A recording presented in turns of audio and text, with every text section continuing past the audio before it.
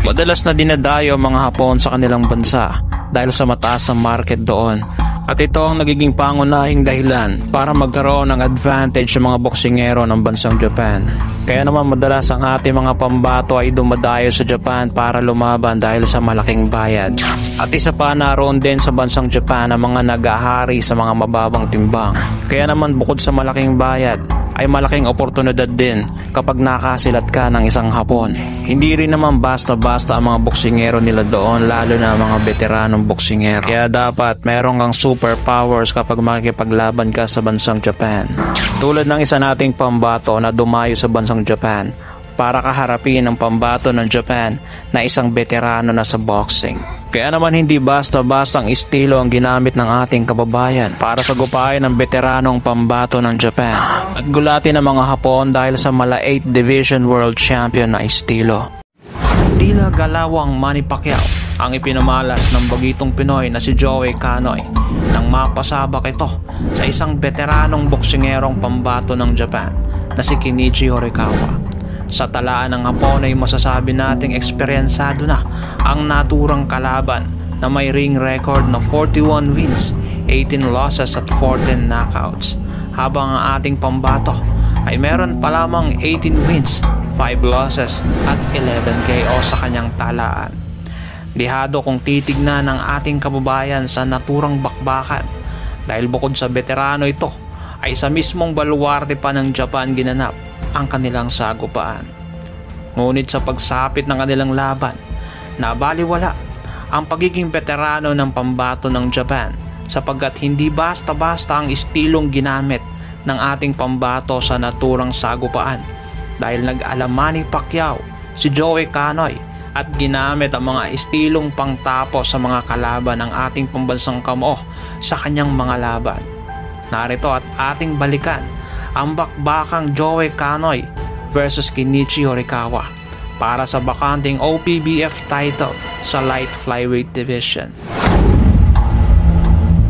Sa unang rounds pa lamang, kapwa nagpalitan na agad ng suntok ang parehong boksingero.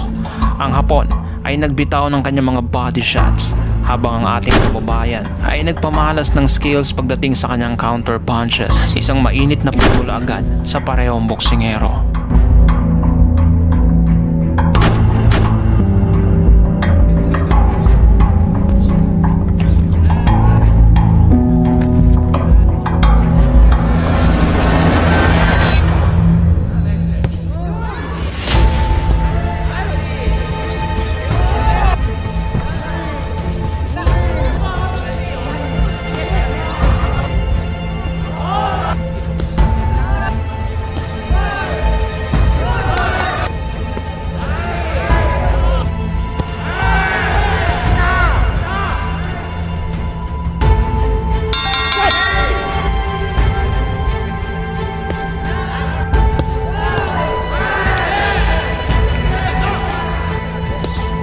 Dito sa ikalawang round, isang right hook ang naipatama ng ating kababayan na siyang nagpayanig sa pambato ng Japan.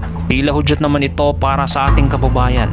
Nabitawan na niya ang kanyang mga volume punches at nagmistulang Manny Pacquiao ang kanyang pag-atake sa dami ng suntok na kanyang binitawan.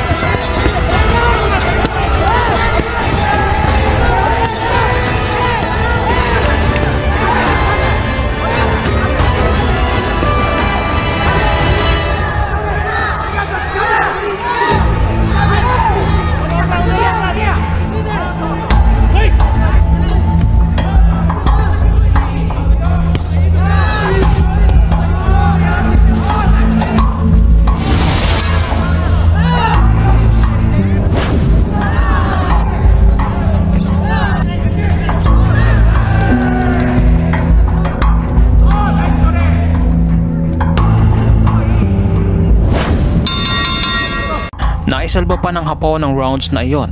May angking tibay din ang pambato ng Japan. Kabila ng ginawang atake ng ating kababayan, ay nanatili pa rin itong nakatayo at kanya pang naipagpatuloy ang laban dito sa sumunod na rounds.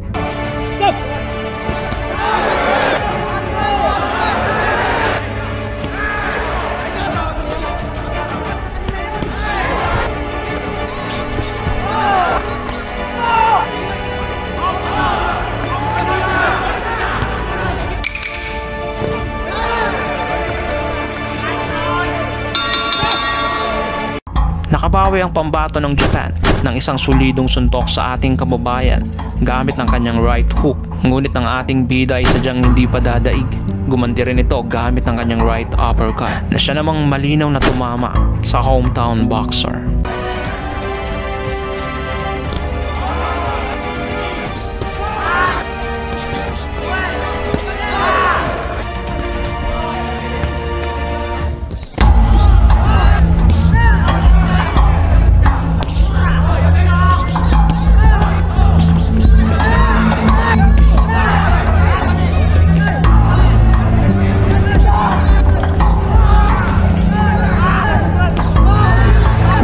Nag-alamani Pacquiao pa ang ating pambato gamit ang pamosong galaw ng ating pambansang kamao.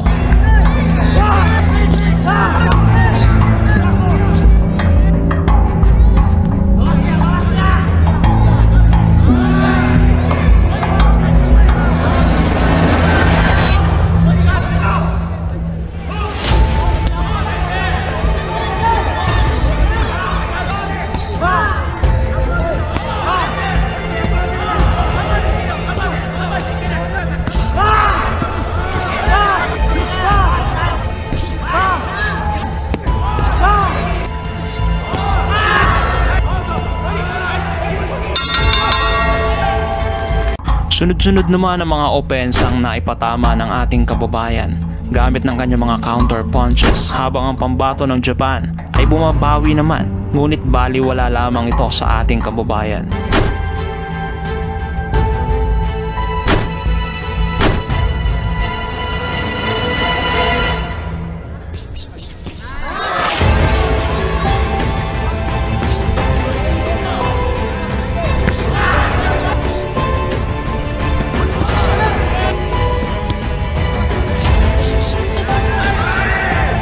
Trip.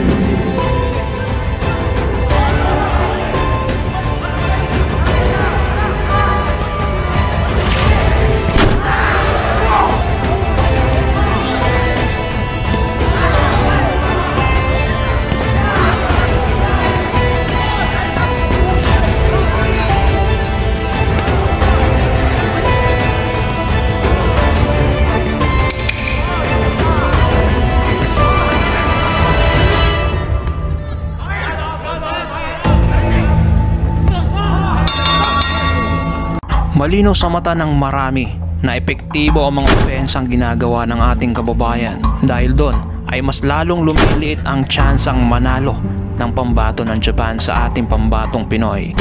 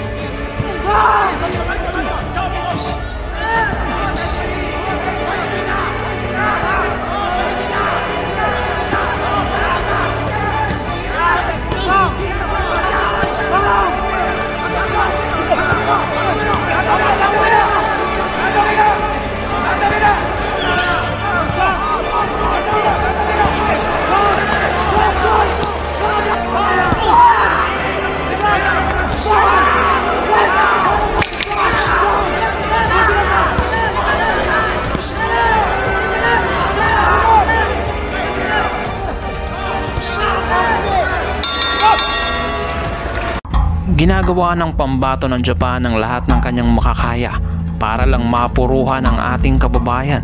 ngunit sadyang matibay at madulas ang ating pambato.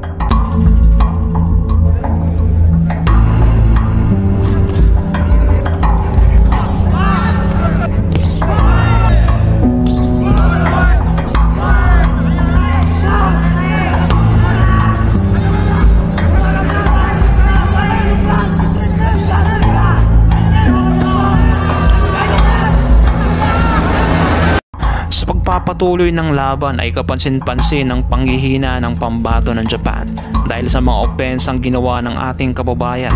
At sa pagkakataong ito, isang left uppercut ang binitawan ng ating kababayan na malinaw na tumama sa pambato ng Japan na siyang tumapos sa kanilang pambato.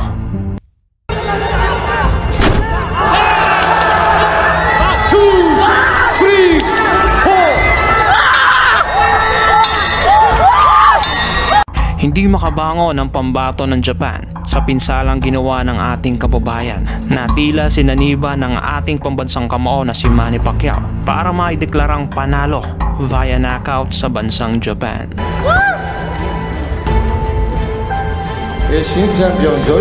Kung nagustuhan nyo ang video ng tampok natin ngayon, paki-like and share. Mag-iwan ka na rin ng comments para sa iyong saloobin. At kung bago pa lamang dito ay paki-subscribe at huwag kalimutang pindutin ang notification bell button para updated ka sa mga umaatikabong videos tulad nito.